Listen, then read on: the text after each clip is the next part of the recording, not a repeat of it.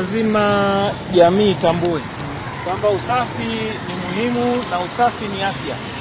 Hivi basi hii ni kama motivation kutu motivate tuende tukafanye kazi kwa bidii.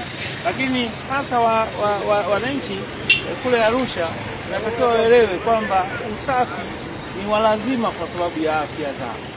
Kwa hiyo tunapohimiza usafi kama viongozi waelewe na watambue. Na sasa hivi tunaenda mbali zaidi. Tunaenda usafi na kupanga miji yetu vizuri. Kwa maana ya maeneo yale ambayo tunahitaji yawe na maendeleo ya nyumba za kisasa, basi yakae katika mpangilio mzuri.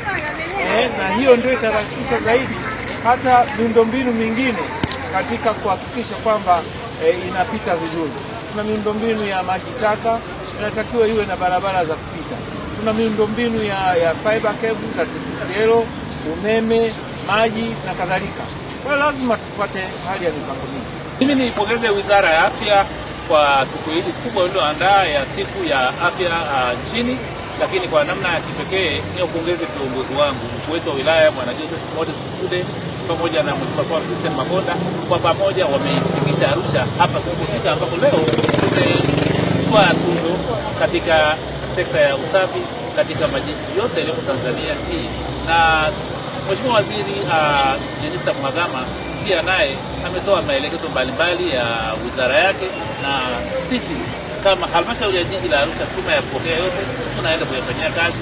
Lakini sambamba na hilo, sisi pia tutajiongeza kwa kujikita kwenye upandaji wa miti, na ni wasihi wananchi wa halmashauri ya jiji la Arusha waweze kupanda miti ya kutosha katika kipindi cha mvua za masika. Lakini kwa namna ya kipekee pia kuna ile zawadi ya Mheshimiwa Paul Christian Makonda kwa wenyeviti wa serikali za mitaa na mabalozi wa mashina.